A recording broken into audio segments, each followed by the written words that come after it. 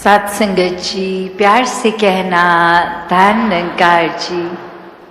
आज समागम का इस रूप का जो तीसरा दिन और सभी ने आज भी भक्ति में अनमोल वचनों को ग्रहण किया। विस्तार हर पहलू में कैसे करना है, जो ये शिक्षाएं ली उनको अपने जीवन में उतारने का भाव भी कि संतों ने जो समझाया वो सिर्फ आज के लिए ही नहीं या पिछले 3 दिनों का ही नहीं सिलसिला, वो एक रूप, एक साल, एक जिंदगी के लिए है वो शिक्षाएं। और ये भी पिछले दिनों से हम जो देख रहे हैं कि कैसे ये धुंध और ये पोल्यूशन का रूप और थोड़े ही डिस्टेंस तक क्लैरिटी है, उसके बाद धुंधला दिख रहा है। तो ध्यान ऐसे ही गया कि कैसे ये धुंध को भी अक्सर वहम हो जाता है कि इसका इतना विस्तार है कि ये हर जगह है, और संसारिक रूप में या किसी सड़क में या कहीं पे भी एक जब धुंध दिखती है तो आगे वो रास्ता नहीं दिखता, फिर ये भी पता नहीं होता कि आगे रास्ता है या वो एक डेड एंड है।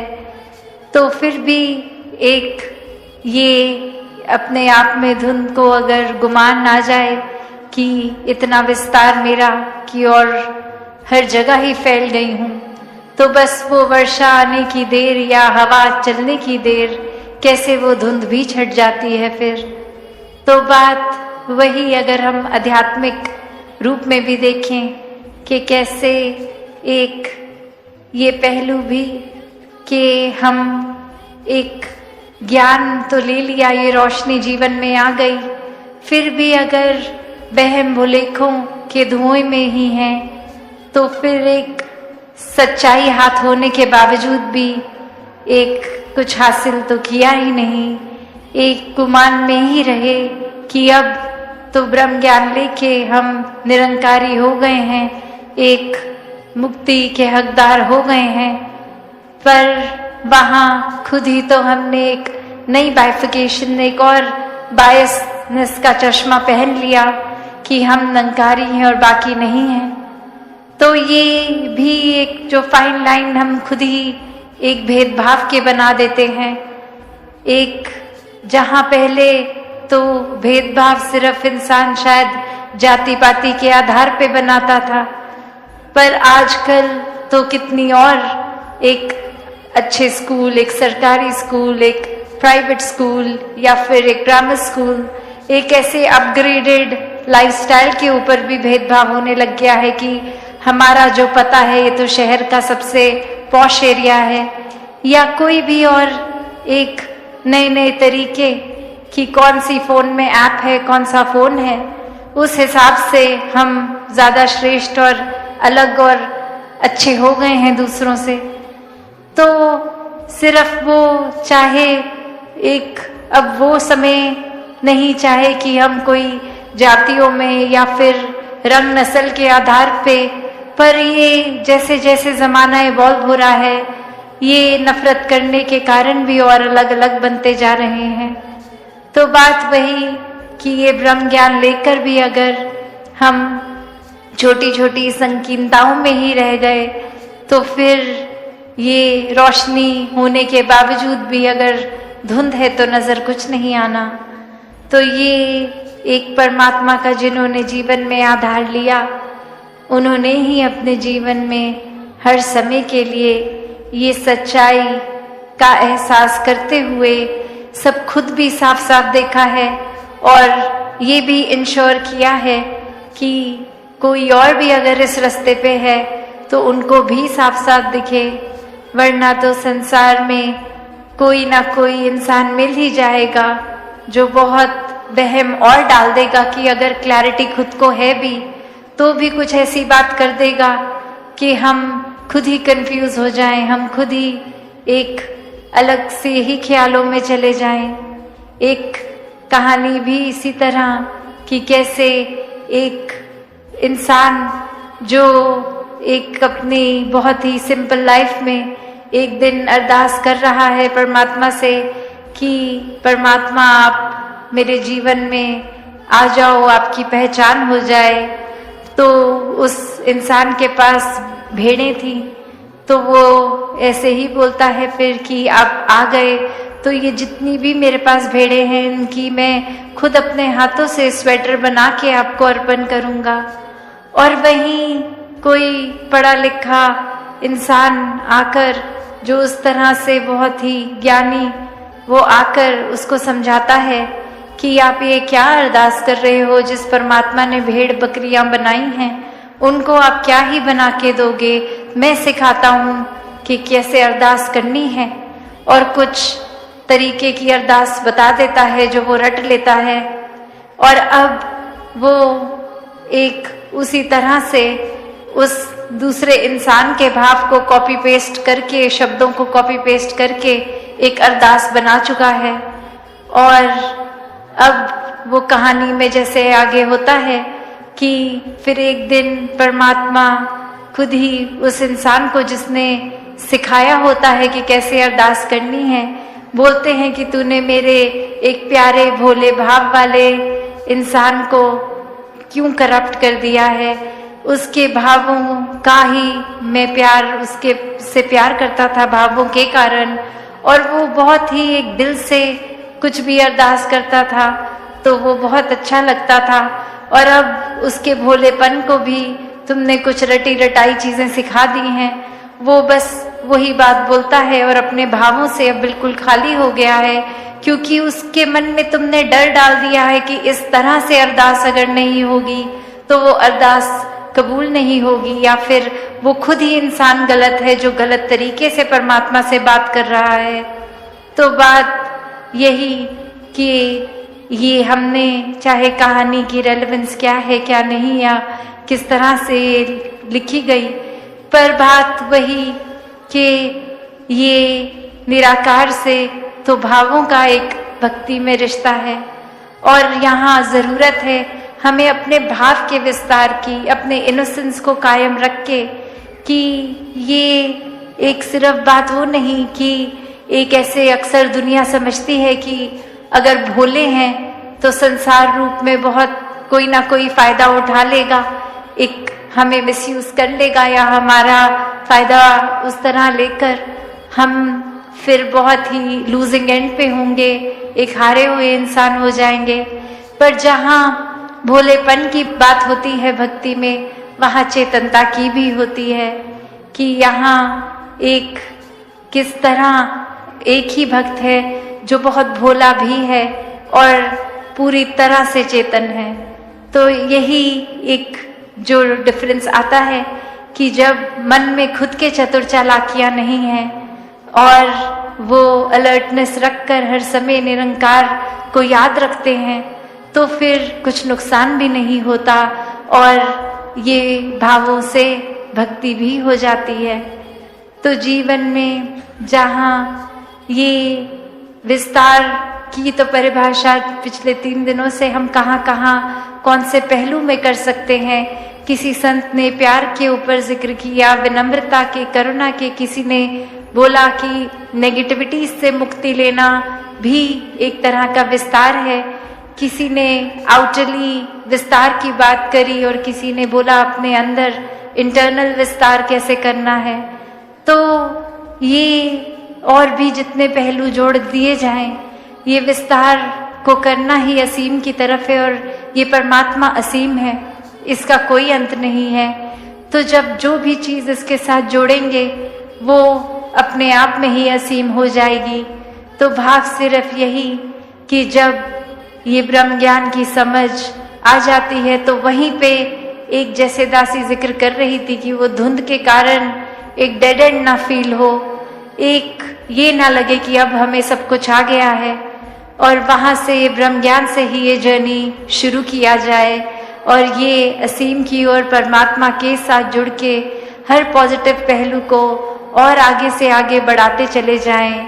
जहाँ तक एक ह्यूमन कैपेसिटी है, परमात्मा को जब शामिल कर लिया तो कुछ वो कैपेसिटी भी फिर एक छोटी सी ही चीज़ रह गई, उसके भी बियॉन्ड चले गए, एक आगे चले गए। तो ऐसा विस्तार हर पहलू में पॉजिटिविटी लेकर हर कोई करता चला जाए तो समय तो अपनी सीमा से एक आगे बढ़ ही रहा है। तो बस यही भाव थे कि सभी अपने शहरों से या उससे पहले भी एडवांस सेवा में भी आए, अभी वाइंड अप सेवा तक भी रुकेंगे। और कैसे चाहे ओस इतनी पड़ी, ठंड इतनी पड़ी, टेंट जैसे भी थे उसमें सर्दी भी लगी होगी हवा से, और वो गीलापन भी, साथ में सबके बुजुर्ग और बच्चे, और किसी की कैसी हेल्थ कंडीशन, ये एक इस समय पोल्यूशन लेवल भी ऐसा कि शायद सांस भी ठीक से नहीं आ रही, तो भी किसी के भाव में कमी नहीं आई कि ये भक्ति करने, ये संतों के वचन सुनने, यहाँ समागम करने अपने दूर दूर शहरों से भी आ पहुँचे हैं। एक यही भाव रख के कि और संगत के साथ मिलकर जब ये समागम होगा तो हमारे जीवन में भक्ति का विस्तार होगा। तो ऐसे ही भाव महान हैं।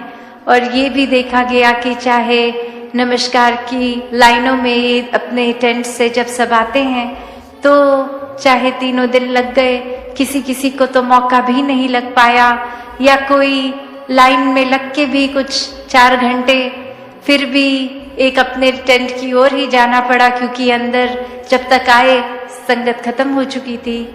तो फिर यही बात ऐसा सोच के दासी जब घर पे एक पारिवारिक रूप में जिक्र कर रही थी राजपिता जी के साथ कि ये लाइनें, ये कतारें तो शायद अगले साल अगर सोचते भी हैं बढ़ाने की, तो भी ये अगर बढ़ जाए, एक और ऐड हो जाए, तो फिर ख्याल आया कि शायद ये ऐड हो गई तो जो लास्ट की लाइन होगी उधर अगर कोई बुजुर्ग होंगे जिनकी नजरें ठीक नहीं, उनको शायद स्टेज की ओर क्लियर दर्शन ना हो पाए। तो फिर यही ख्याल आया कि आने वाले दिनों में, कि आने वाले समागमों में जल्द ही जैसे सबब बनता है तो समागम का 1 दिन और बढ़ा दिया जाए।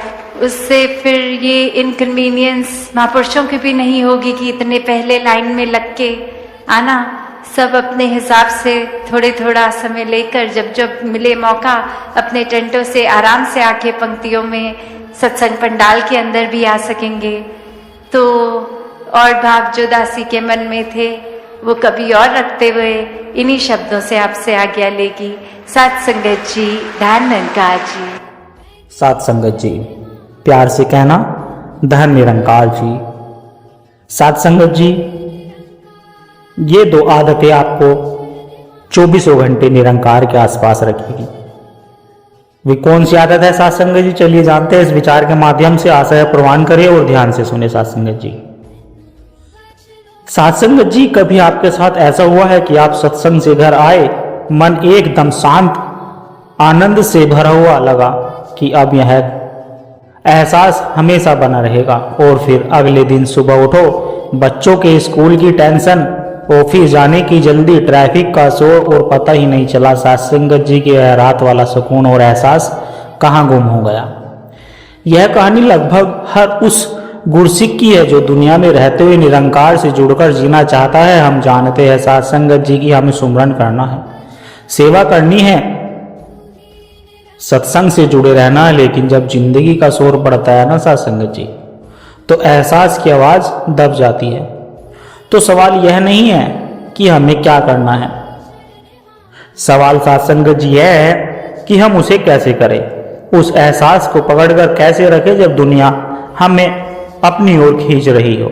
आज हम कोई लंबी चौड़ी फिलोसफी नहीं या लंबी चौड़ी फिलोसफी पे बात नहीं करेंगे, हम एक सरल प्रैक्टिकल तकनीकी की बात करेंगे साथ संगत, जिसे सदगुरु की कृपा से हम अपनी रोजमर्रा जिंदगी में आसानी से अपना सकते हैं। इस तकनीक का नाम है एहसास का स्विच। सोचिए साथ संगत जी, आपके घर में बिजली का एक स्विच है, जब आप उसे ऑन करते हो तो रोशनी हो जाती है, अंधेरा गायब हो जाता है। यह एहसास का स्विच भी बिल्कुल वैसा ही है। यह हमारे मन के अंदर लगा होता है। जब हम इसे ऑन करते हैं तो निरंकार के एहसास की रोशनी हो जाती है और दुनिया की चिंताओं का अंधेरा फीका पड़ने लगता है। अब आप कहोगे कि यह स्विच हमें मिलेगा कहाँ साथ संगत जी, और इसे ऑन कैसे करना है साथ संगत जी? यह स्विच कहीं बाहर नहीं, हमारे अंदर ही है। सदगुरु ने ब्रह्म ज्ञान देकर इस स्विच की पहचान हमें करा दी है। अब इसे बार बार दबाने की आदत डालनी है। यह स्विच क्या है? यह है एक पल का ठहराव। बस एक पल चलिए साथ संगत जी, इसे कहानी से समझते हैं। एक गुरसिख भाई थे साथ संगत जी, ऑफिस में बहुत तनाव में रहते थे। बॉस की डांट, काम का प्रेशर, घर की जिम्मेदारियां, सत्संग में उन्हें बहुत सुकून मिलता, पर ऑफिस पहुंचते ही सब गायब हो जाता साथ संगत जी। एक दिन उन्होंने एक संत के विचार सुने। संत ने कहा कि जब भी मन में दुनिया का जहर चढ़ने लगे तो बस एक पल के लिए रुक जाओ और एक गहरी सांस लेकर सिर्फ 3 शब्द बोलो, तू ही निरंकार। उस भाई ने सोचा सिर्फ इतना करने से क्या होगा, यह तो बहुत आसान है। अगले दिन साथ संगत जी ऑफिस में बॉस ने उन्हें फिर से किसी बात पर डांटा। उन्हें बहुत गुस्सा आया, मन में जवाब देने के लिए हजारों बातें आ गई, लेकिन तभी उन्होंने संत के शब्द याद आए। वे चुपचाप अपनी कुर्सी पर आकर बैठ गए, आंखें बंद नहीं की। साथ संगत जी बस जो काम कर रहे थे उससे एक पल के लिए ध्यान हटाया, एक गहरी सांस ली और मन ही मन कहा कि तू ही निरंकार। और साथ संगत जी यह चमत्कार जैसा था जैसे कि उन्होंने यह कहा, उनका ध्यान अपने गुस्से से हटकर इस निरंकार पर चला गया। उन्हें एहसास हुआ कि डांटने वाला भी यही, सुनाने वाला भी यही और इस पूरी परिस्थिति को संभालने वाला भी यही है। उनका गुस्सा एक गुब्बारे की तरह फुस हो गया, मन में शांति आ गई। उन्होंने इस एहसास के स्विच को अपनी आदत बना लिया। गाड़ी चलाते हुए रेड लाइट पर रुकते तो हॉर्न बजाने की जगह साथ संगत जी एक पल रुककर कहते कि तू ही निरंकार। घर में किसी से बहस होने लगी तो जवाब देने से पहले एक पल ठहर कर मन में यही दोहराते। रात को नींद नहीं आती तो करवटें बदलने की जगह बस एक सांस लेकर कहते तू ही निरंकार। धीरे धीरे उनका जीवन साथ संगत जी बदलने लगा। परिस्थितियां वही थी, लोग वही थे, लेकिन उनका मन अब शांत रहने लगा था। वे 24 घंटे सैकड़ों बार इस एहसास के स्विच को ऑन करते थे। साथ संगत जी यह तकनीकी इतनी सरल है कि हमारा मन यकीन नहीं करता कि यह काम कर सकती है। हमें लगता है कि रूहानियत के लिए घंटों बैठना पड़ेगा, दुनिया छोड़नी पड़ेगी, लेकिन साथ संगत जी सतगुरु हमें सहज मार्ग दिखाते हैं। वे कहते हैं कि दुनिया में रहो, सारे काम करो, बस अपने मन का कनेक्शन मुझसे जोड़ कर रखो। और यह एहसास का स्विच उसी कनेक्शन को बार बार जोड़ने का एक चार्जर है। तो आज मैं अभी से यह प्रण ले साथ संगत जी, हम दिन में कम से कम 10 बार इस स्विच को ऑन करेंगे। जब भी मन परेशान हो जाए, चिंता हो या बहुत ज्यादा खुशी हो, बस एक पल रुके, एक गहरी सांस ले और पूरे समर्पण से कहे तू ही निरंकार। साथ संगत जी आप खुद महसूस करोगे कि कैसे यह एक पल का ठहराव आपके पूरे दिन को बदल सकता है। यह फिर सिर्फ शुरुआत है साथ संगत जी इस एहसास के सफर की, लेकिन भक्ति का सफर सिर्फ आनंद तक सीमित नहीं है, यह बाहर की दुनिया में भी नजर आना चाहिए।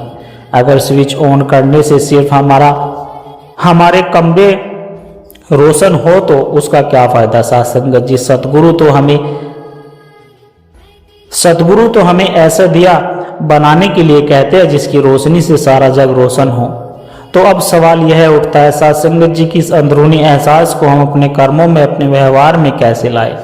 इसके लिए आज हम एक और कदम आगे बढ़ाएंगे साथ संगत जी और एक दूसरी उतनी ही सरल तकनीकी को समझेंगे।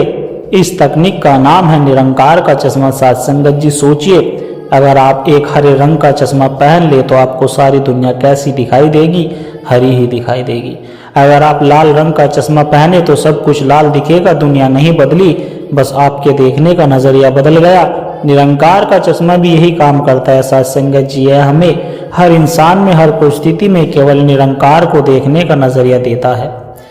यह चश्मा है, यह है सेवा और शुक्राने का भाव। चलिए साथ संगत जी अपनी उसी गुरु सिख भाई की कहानी को आगे बढ़ाते हैं। एहसास के स्विच से उसका मन तो शांत रहने लगा, लेकिन उसे अभी भी लोगों से शिकायतें थी। उसे लगता था कि उसका बॉस अच्छा नहीं है, उसके साथ काम करने वाले लोग मतलबी है या उसके रिश्तेदार उसे समझते नहीं है। एक दिन वह सत्संग में सेवा कर रहा था। सत्संग में जूते साफ करते करते उसका मन में विचार आया, मैं किसकी सेवा कर रहा हूँ? इन जूतों की नहीं, इंसानों की नहीं, मैं तो इसके अंदर बसे निरंकार के स्वरूप की सेवा कर रहा हूँ। बस वह ख्याल आते ही साथ संगत जी उसकी सेवा का पूरा नजरिया बदल गया। अब वह हर जूते को ऐसे साफ करता जैसे वह अपने गुरु के चरणों को साफ कर रहा हो। उसके चेहरे पर एक अलग ही नूर साथ संगत जी और आनंद आ गया। उसी पल उसने सोचा, अगर मैं यहाँ हर इंसान में निरंकार को देख सकता हूँ तो अपने ऑफिस में और अपने घर में क्यों नहीं। उस दिन साथ संगत जी उसने सचमुच निरंकार का चश्मा पहन लिया। अगले दिन जब वह ऑफिस गया तो उसने अपने गुस्सैल बॉस को एक इंसान के रूप में नहीं बल्कि निरंकार के एक स्वरूप के रूप में देखा।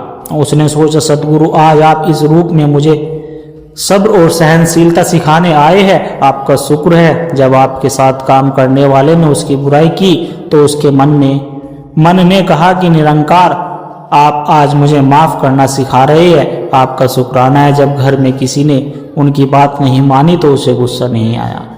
उसने बस मुस्कुराकर सोचा, आज आप मुझे निस्वार्थ प्रेम और समर्पण सिखा रहे हैं। सत्संग जी चमत्कार हो गया। लोग नहीं बदलते थे, परिस्थितियां भी नहीं बदलती थी। बॉस आज भी डांटता था, सहकर्मी आज भी राजनीति करते थे, लेकिन उस भाई को अब कोई फर्क नहीं पड़ता था। क्योंकि सत्संग जी जब आप हर किसी में निरंकार को देखने लगते हो तो शिकायतें खत्म हो जाती है, सिर्फ शुक्राना रह जाता है। आपको किसी से नफरत नहीं हो सकती क्योंकि आप निरंकार से नफरत कैसे कर सकते हैं। सत्संग जी निरंकार का चश्मा पहनते ही हमारे जीवन में सारे रंग बदल जाते हैं। मुश्किलें हमें परीक्षा नहीं सीख लगने लगती है। सत्संग जी दुश्मन नहीं शिक्षक लगने लगते हैं। सत्संग जी और जिम्मेदारियां हमें बोझ नहीं सेवा का अवसर लगने लगती है। यही तो है सत्संग जी 24 घंटे का एहसास। तो सत्संग जी आज हमने 2 सरल बातें सीखी। पहली, एहसास का स्विच, जब भी मन भटके एक पल रुक कर तू ही निरंकार कहना, यह हमारे अंदर का काम करता है। और दूसरा, निरंकार का चश्मा, हर कर्म को सेवा का रूप देना और हर इंसान में निरंकार को देखना, उसका शुक्राना करना, यह हमारे बाहर काम करता है। सत्संग जब अंदर और बाहर दोनों तरफ से हम निरंकार से जुड़ जाते हैं तो सिर्फ एहसास कहीं जाता ही नहीं, वह हमारी सांसों में, हमारे कर्मों में, हमारी मुस्कान में बस जाता है। यह सफर एक दिन का नहीं पर नामुमकिन भी नहीं। सत्संग जी बस सदगुरु से अरदास करनी है कि हे सदगुरु ऐसी कृपा करो, ऐसी रहमत करो कि यह एहसास का स्विच मेरे हाथ में रहे और निरंकार का चश्मा मेरी आंखों पर सदा चढ़ा रहे, ताकि मैं जीते जी इस जीवन को तेरे एहसास में जी सकूं। सतगुरु हमारी अरदास जरूर सुनते हैं। सत्संग जो हिम्मत भी देते हैं। प्यारी सत्संगत जी, प्यार से कहना धन निरंकार जी। आशा करता हूँ दास के द्वारा कहे विचार आप सभी संतों को अच्छे जरूर लगे होंगे। अगर अच्छे लगे हो तो वीडियो को लाइक करें, शेयर करें, कमेंट बॉक्स में धन निरंकार जी लिखकर दास के चैनल को सब्सक्राइब जरूर करें और दास को आशीर्वाद दे। हर रोज आप जी के चरणों में ऐसी ही सुंदर सुंदर प्रेरणादायक कहानी विचार लेकर आता रहूं। सत्संगत जी, प्यार से कहना धन निरंकार जी।